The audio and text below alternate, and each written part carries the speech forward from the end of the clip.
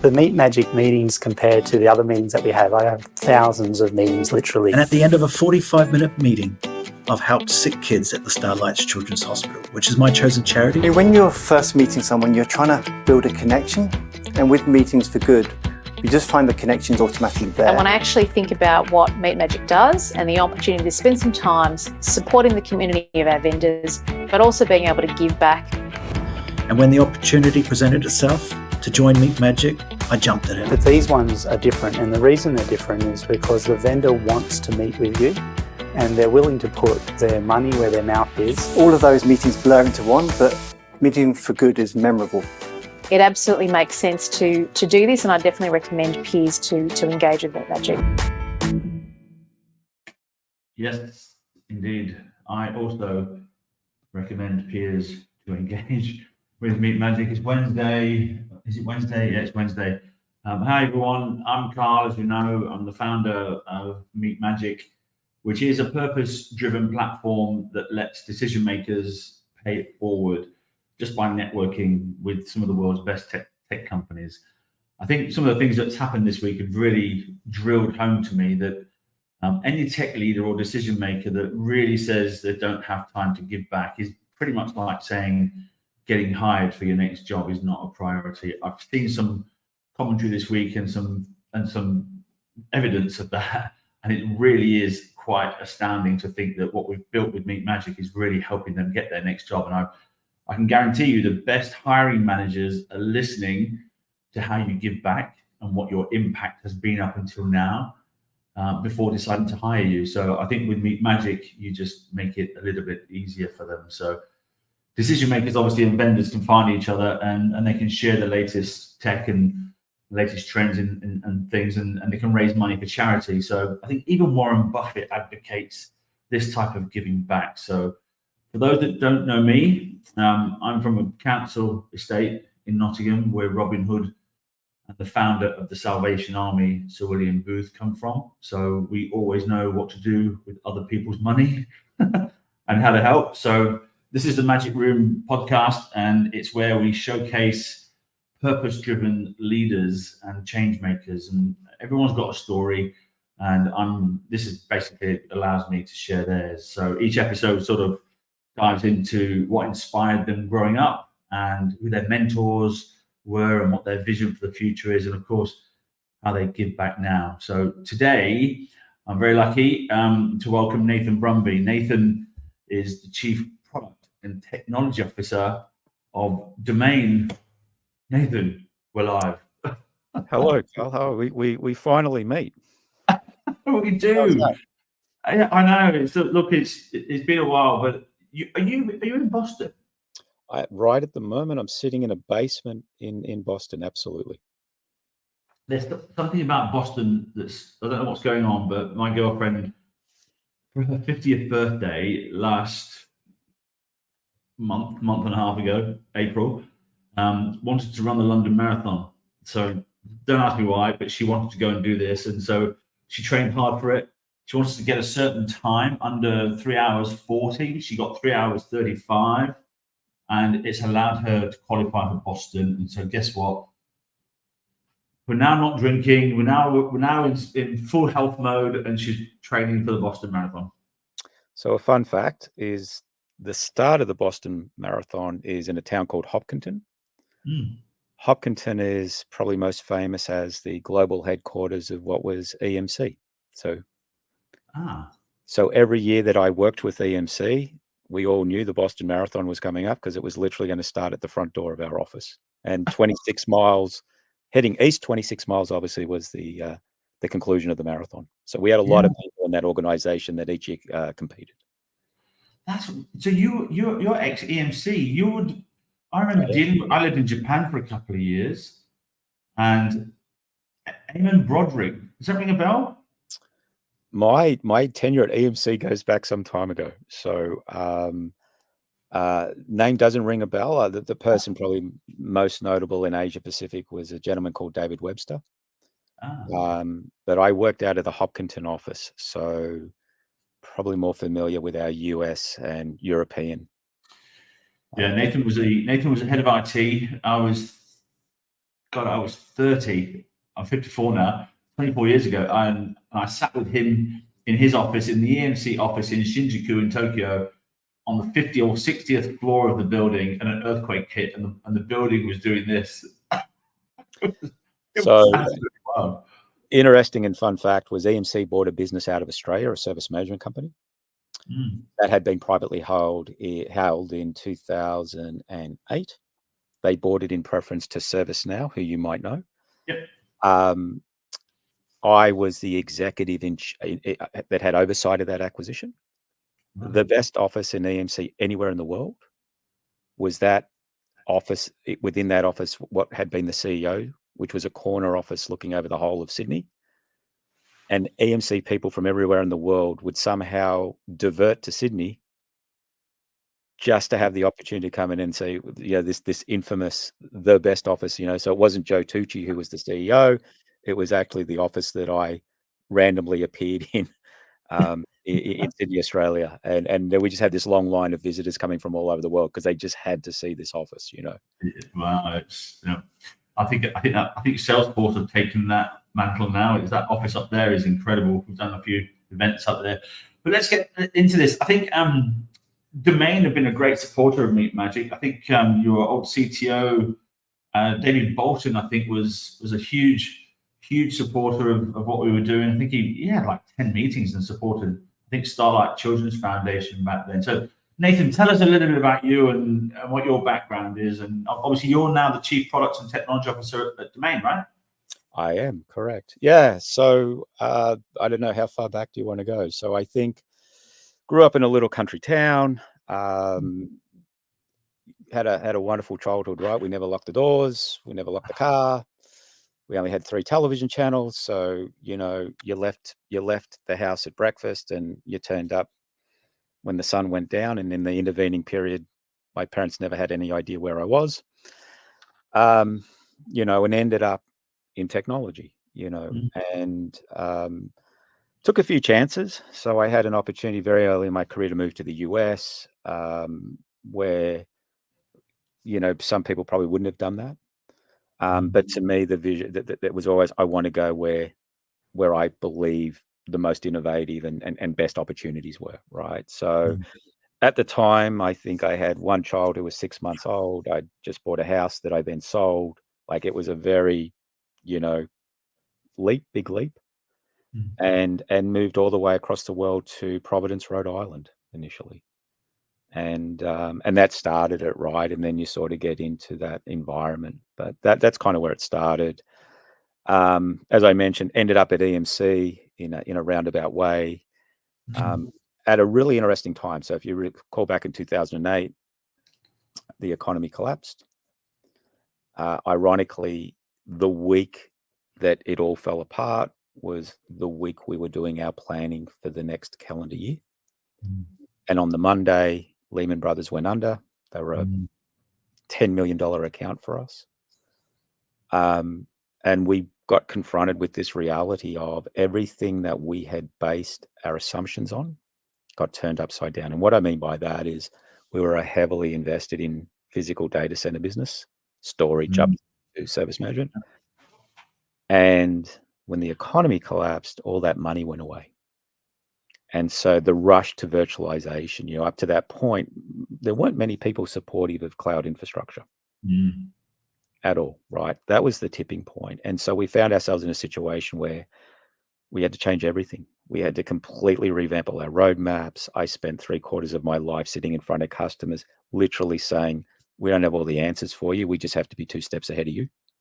And you have to trust us, and EMC had and has a phenomenal reputation as a customer first business.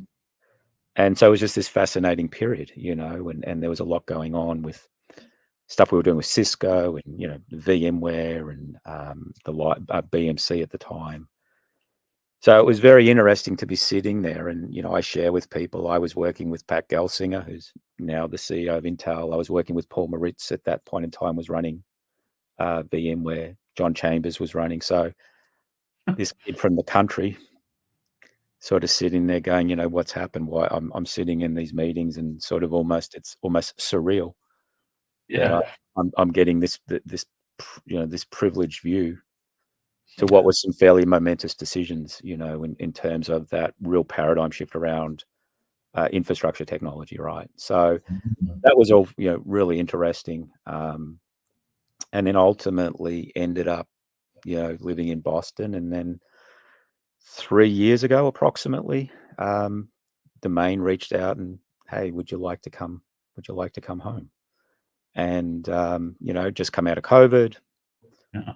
That had been pretty challenging personally, and found myself in Domain, and property in Australia is completely ingrained in the DNA of every Australian. Everyone talks about property. Yeah.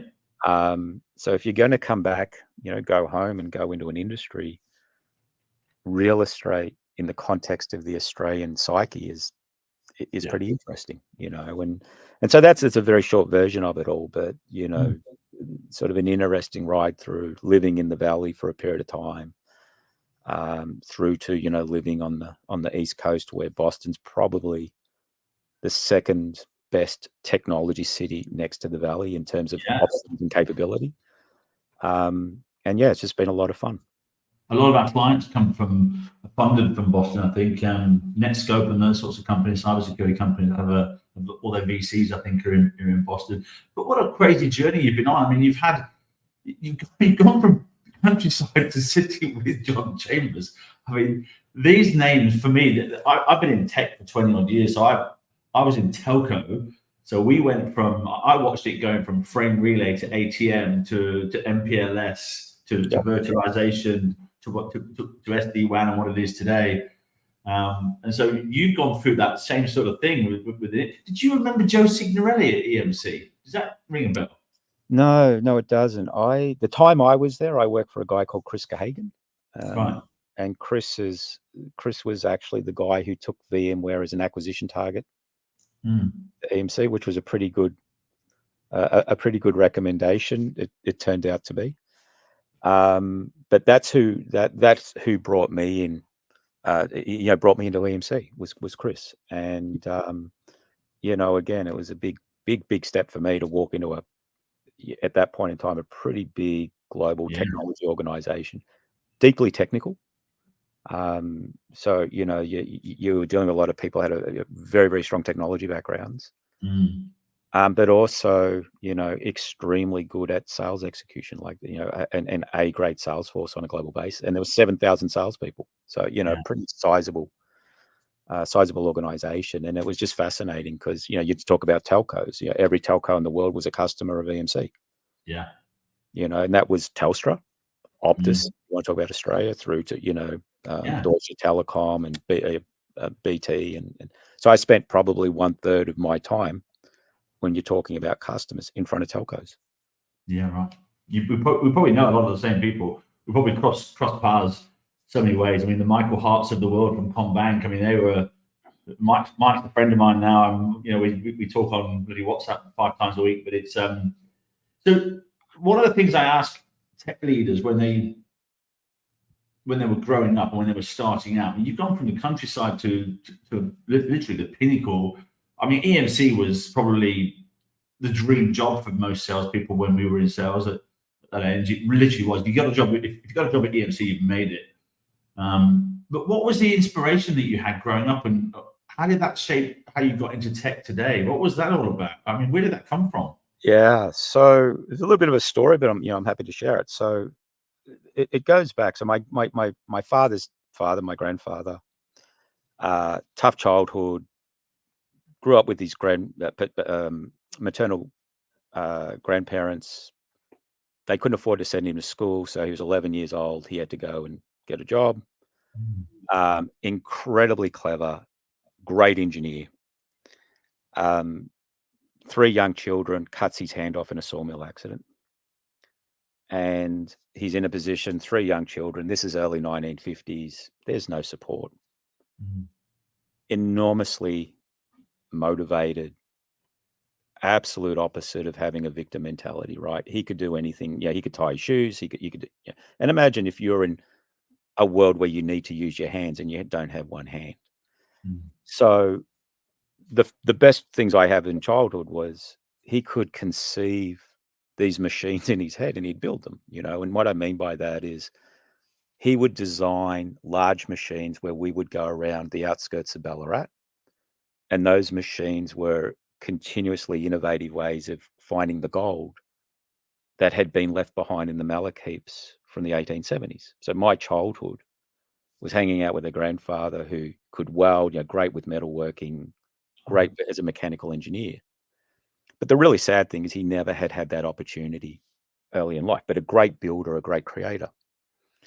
Carried into my dad. My dad had a similar story. My dad never finished a full year of high school because in the middle term, he had to work with my father. So my dad could drive a truck from the age of 10. He would drive a truck to the outskirts of town. They would switch trucks. My grandfather would drive the truck with the firewood into town.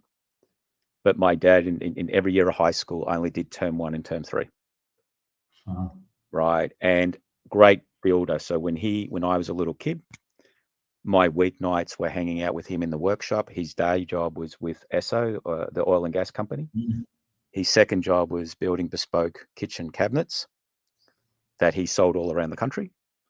And I would go and hang out with him at night, 7 o'clock at night. And that was the second job.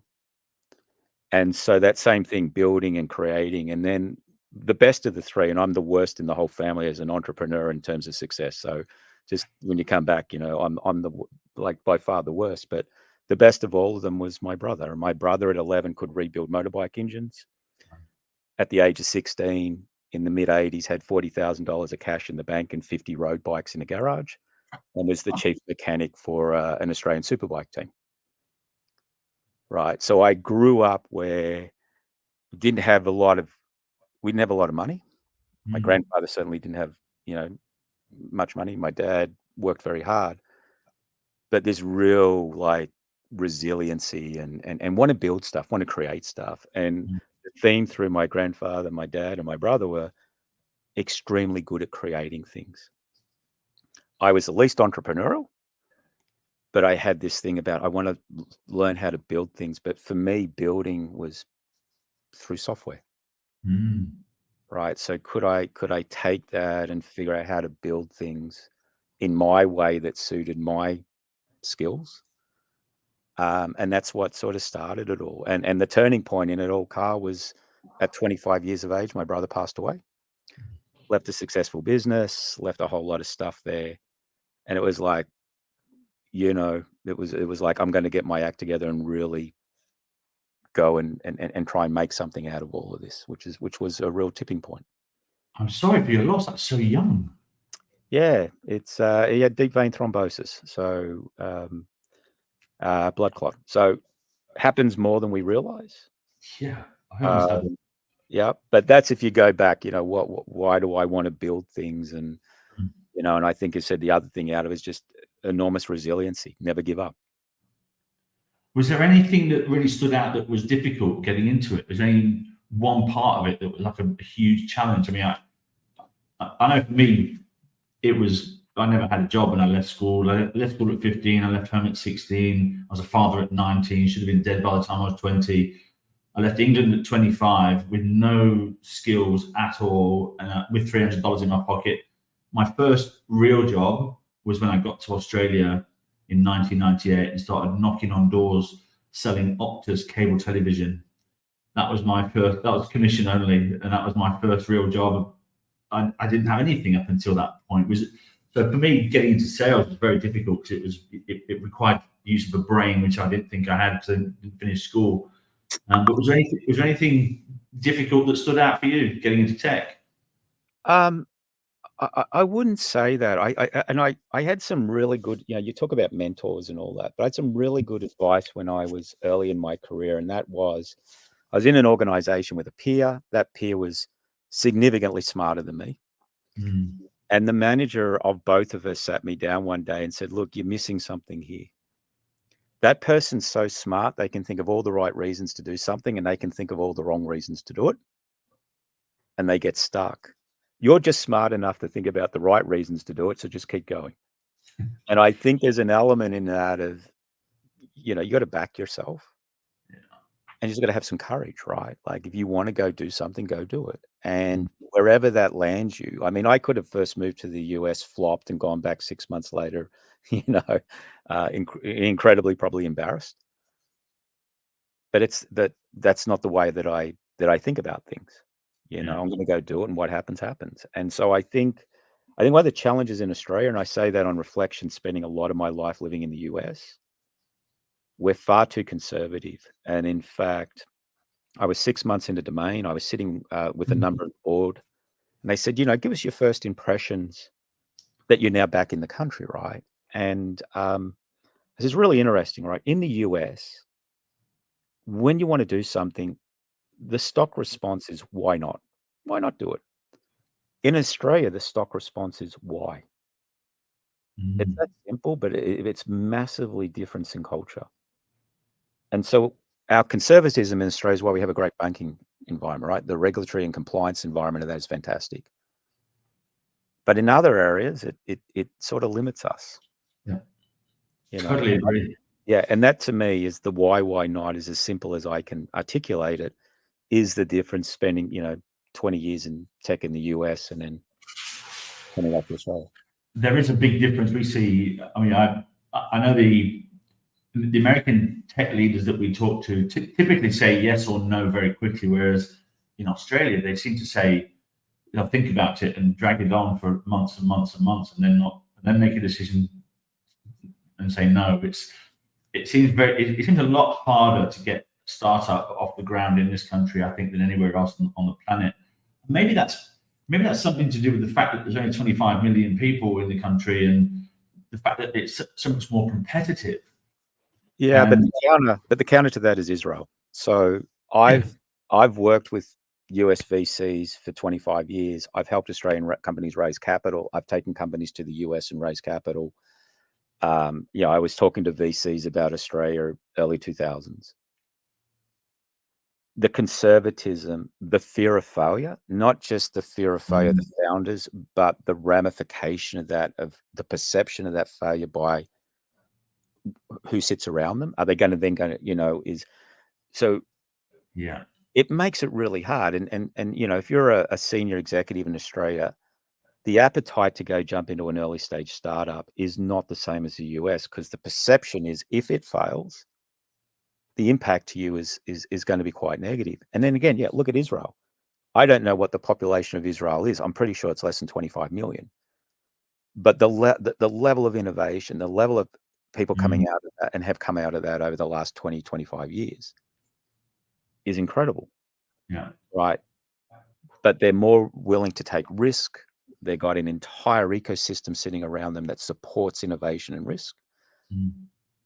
I think in Australia, again, I come back, I think it's cultural. I think we're incredibly conservative, which works in some industries to our Yeah. benefit, and in other industries to our detriment. And the thing I think is interesting is we always point to the exceptions. We'll point to an Atlassian, we'll point to a Canva, we'll say, look at those, but they're in the minority. Yeah. And I think it said, come back to it, it's cultural.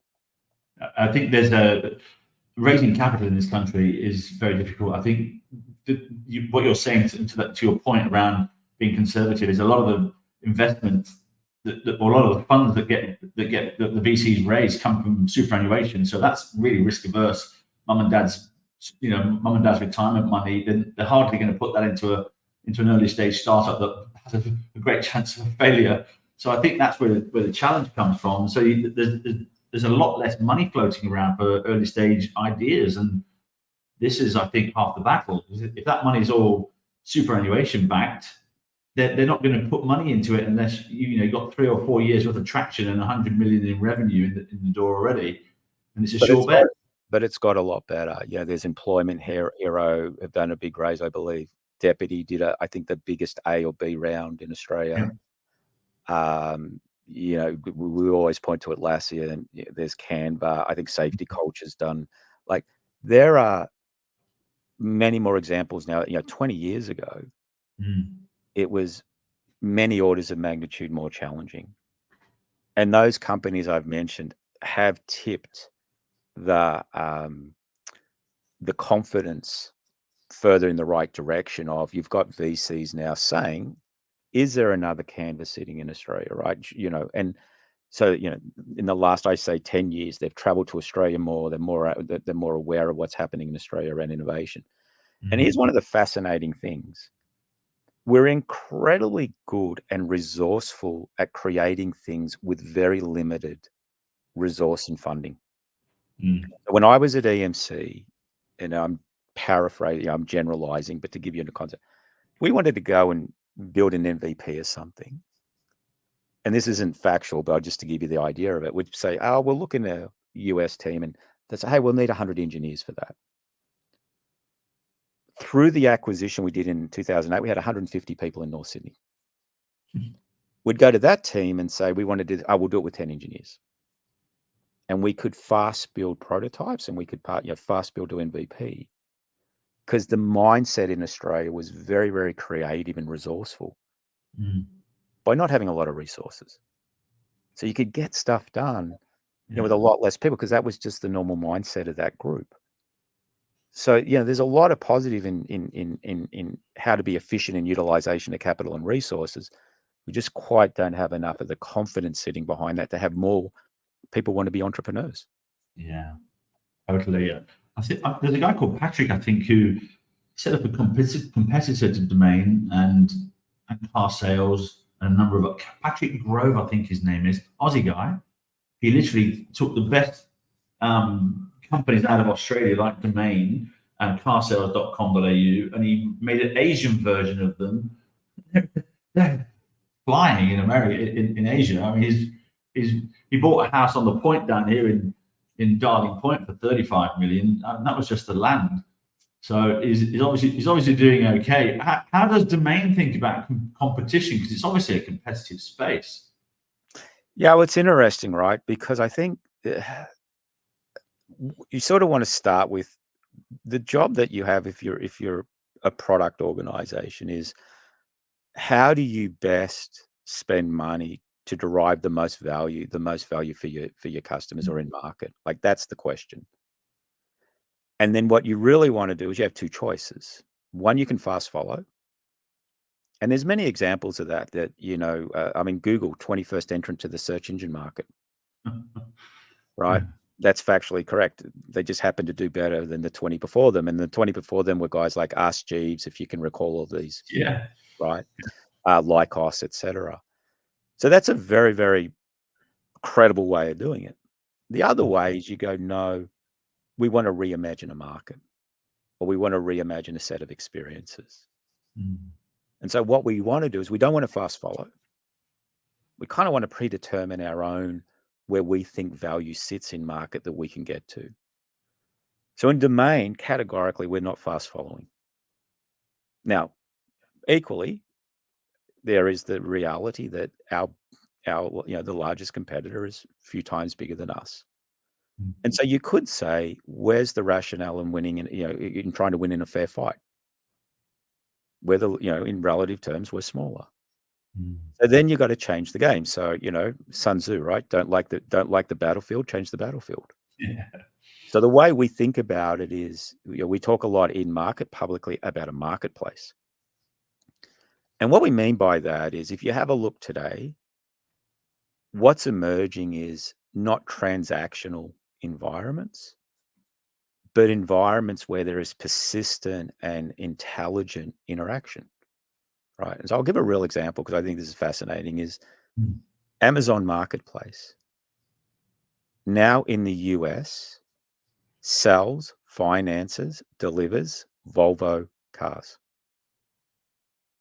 So Volvo has abdicated that direct to consumer experience to a marketplace, because it's a more efficient transaction. By the way, Salesforce is in Amazon Marketplace now too. Yeah, right. You go back 10 years ago, I don't think Mark Benioff ever would have contemplated that happening. Why does it happen? Because Amazon has absolutely optimized an experience on a persistent basis with a user. Right. So whether or not it's Facebook Marketplace, equally valid, Amazon Marketplace, what you're seeing now, the dynamic that's changing, is, if you have a look at consumers, incredibly intolerant of bad experiences, incredibly impatient, right? Very selective of where they dedicate their time because there's so many options. And so you're seeing this shift. And this is going to just continue on. And it's really, really starting to optimize. It's trying to take all the lost money out of how do I monetize a good or service to you? And this goes back to Volvo. The biggest automotive market in the world, the most lucrative, is the US market by far. I would have bet money 10 years ago, every manufacturer in the US would have bet everything that they would never abdicate that direct experience to a consumer. Now that's changed.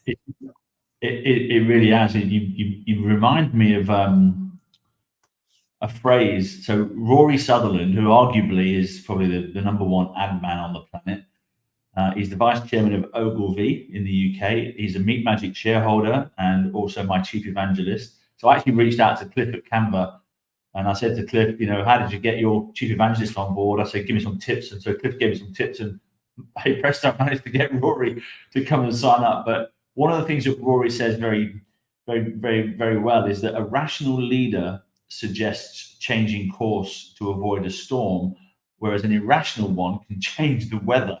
And I think that's what Benioff is doing, and that's what Bezos is doing as well. And there's quite a lot of you don't get to become companies like that without delivering a world-class experience, and that ultimately is, I think, what they've done really, really well. Absolutely. And then all they're doing now is finding more ways to monetize that machine. I mean, the big one in the US now with Amazon is pharmaceutical. So you can't go more than an hour without seeing a television ad here about that. You should go to Amazon for your prescription medicine. Oh, wow. Now, would that have been conceivable 5 years ago? I would argue no. Right. But their advertising now has come to us. We're cheaper. You get it in 2 hours. How are you going to beat that? Wow. You can't. Literally 2 hours. Wow. Is that what it's down to now? Amazon is 2-hour delivery. Wow. Yep. Wow. I mean, but again, what are they optimizing? The supply chain, the delivery capability, the processing of that. If there's a benefit from the government, like they've built the machine. Again, they're just finding ultimate ways to merchandise that in a very personalized way to a market. Yeah, we've got some work to do on it. It's really quite exciting, I think, where it's come from and where it's going. I'm 54 now, and we're very lucky to have grown up in the 80s and the 90s and to watch tech evolve from nothing to what it is today. From playing outside and when you only knew it was time to go home was when the street lights came on, so it's pretty normal for us to not have it. That was it. But today, where it is and where it's going to be in the next 20 years is going to be changed all again. And you've got to think that there's not one thing you can do to predict how it's going to end up in the next 10 or 15 years. And I sort of wonder what kind of advice you'd give to anybody that wants to get into tech today, because it's changing so fast. So it's not like when we were there. But I think before I give the advice, I mean, this is the magic of it, right? It's changing so fast that things that were not conceivable 5 or 10 years ago are not only conceivable now. You can access them, you can use them. And that's the magic of being in an industry like this, right? There's so much opportunity and that to do things that are fundamentally changing how we live our lives. So that's it. In terms of, to your question of what advice, to the younger about getting in, I think two things. One is I do quite a bit of mentoring, and that mentoring is actively and consciously think about your career. So where do you want to be in 3 years' time, and what are you actually going to do to get there? Or where do you want to be in 5 years' time? And to be candid, 98% of people don't do that. And what I mean by that is they don't really deeply think about where they are, and if they want to get to that next thing, what does that actually mean, and how do you get there? Yeah, so there's an element that you really do have to be strategic, right? And then I think the second thing is just you got to back yourself. Like the worst, and this goes back to fear of failure. This goes back to the conservatism in Australia is what is the worst thing that happens if you take a shot at something that doesn't work out? Yeah. And if you're good at having an ability, we talk about risk, right? There is risk that you don't calculate, which is bad risk. And there's risk that you calculate, which you can live with. Mm. What risk can be calculated? So if you want to make a career change, if you're really honest with yourself about what the level of that risk is, what's the upside, what's the downside? Probably 9 times out of 10, you're going to do what you should, if you're really honest with yourself, and that's a great opportunity, you're going to take the opportunity. Mm. But again, that means you've really got to be honest with yourself and you really got to think about what do you want? And so this goes back into all the mentoring. I speak to people who are middle stage of their career, right? They're either going to keep challenging themselves and finding ways to develop their career, or they're going to kind of reach a ceiling point because they've stopped actively doing that management of their career. Because again, no one else is going to do it for you. Yeah. No one, right? Only you know inherently within yourself where you're at and what you want.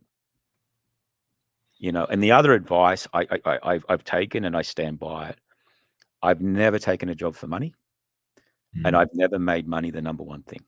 Yeah. Right? It's a byproduct of and I'm honest with myself, I get bored really easy. So if I'm going to go do something, they're going to pay, but in 6 months' time, I'm going to be banging my head against the wall. I'll quit. I don't care how much money you pay me, right? So you really, but again, that requires a level of self inspection. What motivates you? What are the principles by which you're making these decisions? And then what's important to you in terms of where you want to go? And then the last thing in all of that is be happy. Doesn't matter how long any of us have. It's not long enough. And I've again mentored a lot of people, which honestly, they're just unhappy because they're not making decisions for the right reasons. They made it for money, or they made it because there was a prestige of a title, or they made it because there was a prestige of a company. I'm working for company X, big deal. Yeah. Right? Big deal. Do you think the circumstances of our lives actually matter less to our happiness than the sense of control that we feel over it? Well, control is interesting, right? Because what do you actually control? You don't really control anything. Yeah. You have the ability to do what you can do today. Yesterday's done, tomorrow.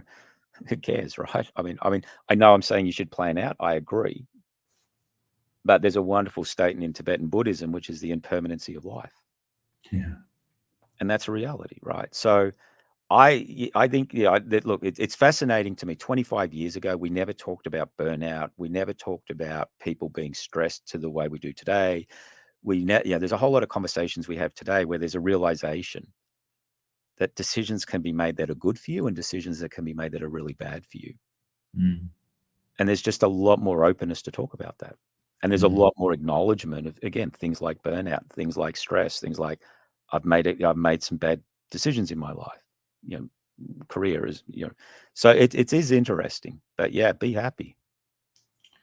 It's a really, I'm a father. I've got 2 kids. One of them's 34. He's in the UK, living a very poor life because that's where we started. He's still there, hasn't got out. He's actually a groundsman at Trent Bridge Cricket Club. He thinks he's from the channel because he's cutting grass. He's happy as Larry because he's got a job.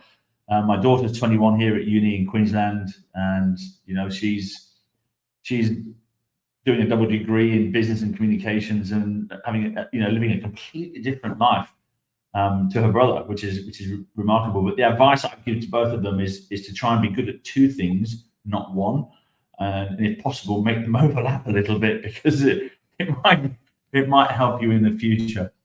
But that's really interesting. There's some amazing thoughts you've just given in there. I think that's being happy is really part of the kit. You've only got 4,000 lives. What is it? 900 months is the average life, 80 years.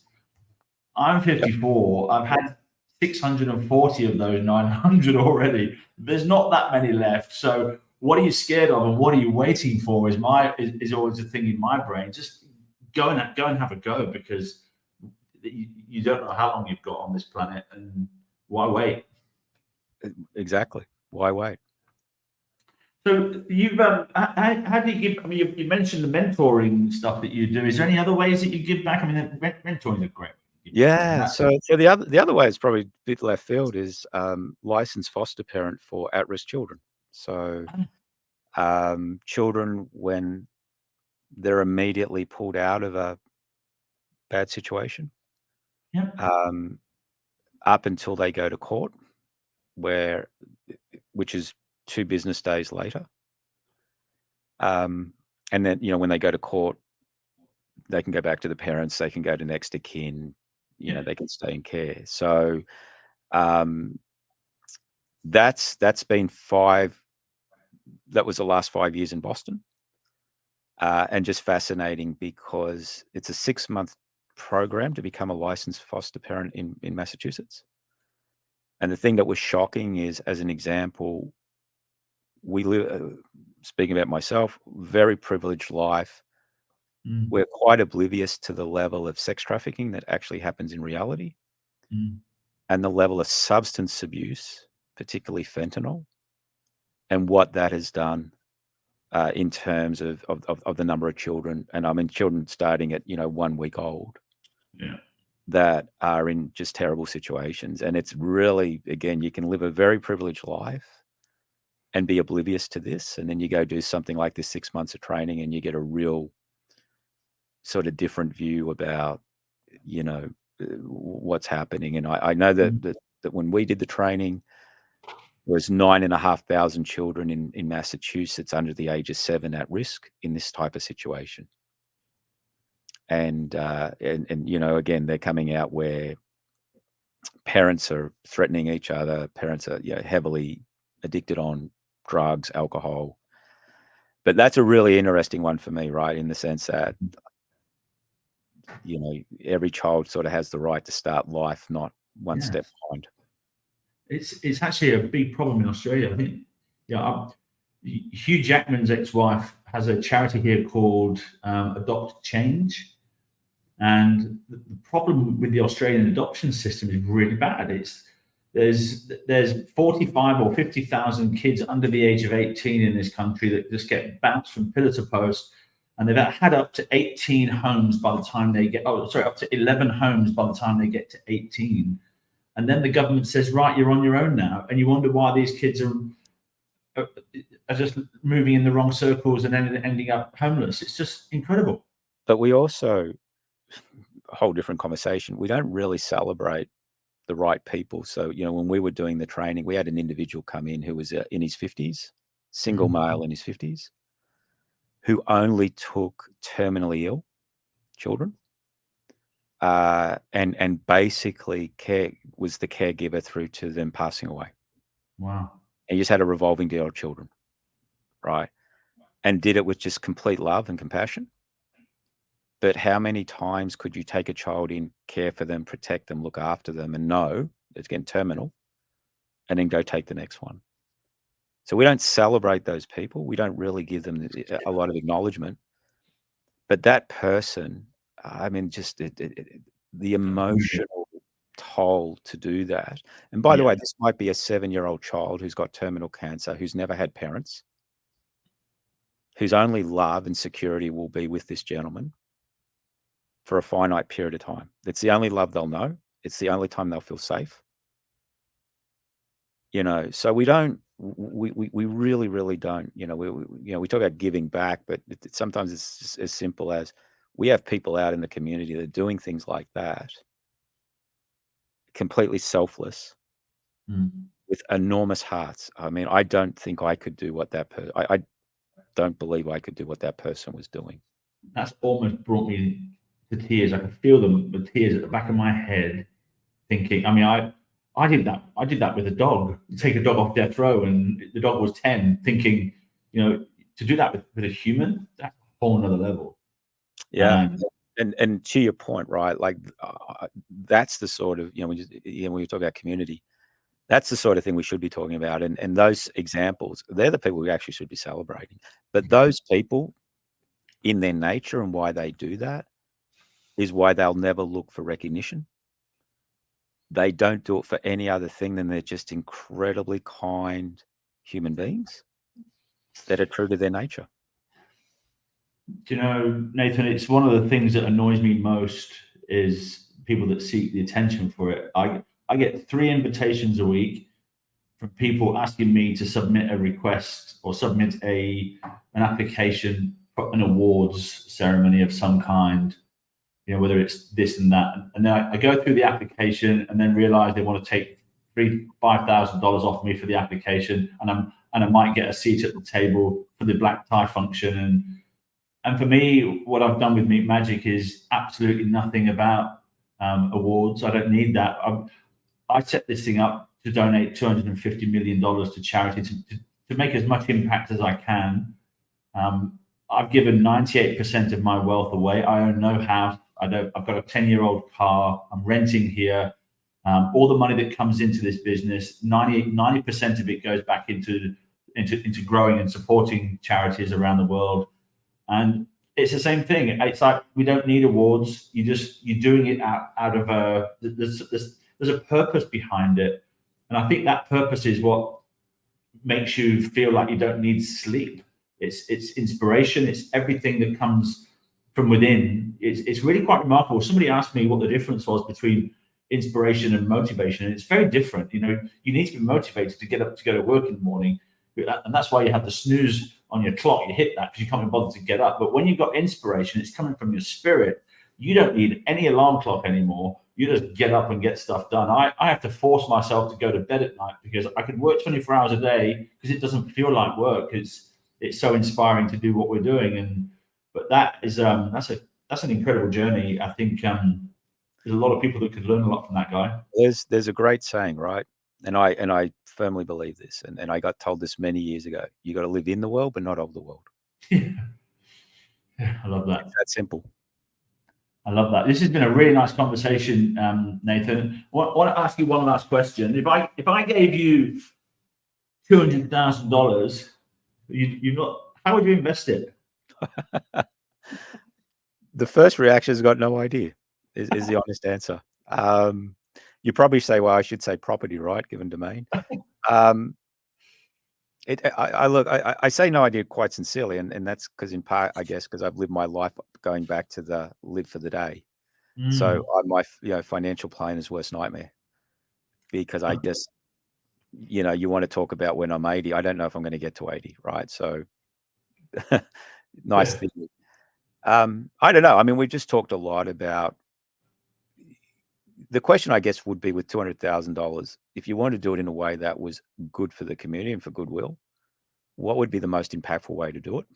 And I think that's a tough question to answer, right? Because going back, there's got to be a lot of structural change, I think, if we truly want to change as a society how we look after and care for people. Yeah. And it would be a massive, massive change. Yeah. And so the challenge I have, to your point, with a lot of charities, is I just don't think they're as effective as they could be, because I think structurally they're not optimized to fulfill what probably is their stated mission. So, I look, $200,000 is going back to it. I'd love to see a capability where you take that individual I just shared who's looking after terminally ill kids and find ways to better support him looking after terminally ill kids, because he's not getting any support. Financial, really? He's getting minimal financial support as a foster parent, but you don't go and be a foster parent for the money. No, there's not enough money there, right? So, I mean, if you wanted to have it, $200,000, figure out a way, again, to structurally change how you look after your most at risk, and to me, the most at risk are children who don't have a mum and dad. Really powerful, and I think there's something to be said about that, because it's you can empower people. When my daughter was 11, 12, and 13, she'd get the train from town hall to Strathfield, and every 2 weeks I'd give her $50, and I'd say, this $50 is not for you and your girlies to go and buy you iced lattes. This is for you to give to somebody to make their world a little bit better. And I don't care how you made them feel. I want you to come back and tell me how it made you feel. Mhm. And this is something I learned from a guy called Rob Kaludis, who does this with his staff. Rob is CEO of his own trading company called, he was actually the founder of Optiva, and then he's got one called VivCourt Trading now, so he gives all of his staff, and he's got a couple of hundred of them, $10,000 unattached every year. And so he says to them, here's your $10,000, go and change someone's life. And you have no idea the impact that $10,000 can have on one person. And I think, to your point, this is exactly what needs to happen. It's the charities I'm seeing the charities. There's a lot of, apart from the fact there are 68,000 of them in this country, and there's one for every 400 Australians, and 93% of their funds are coming from mum and dad.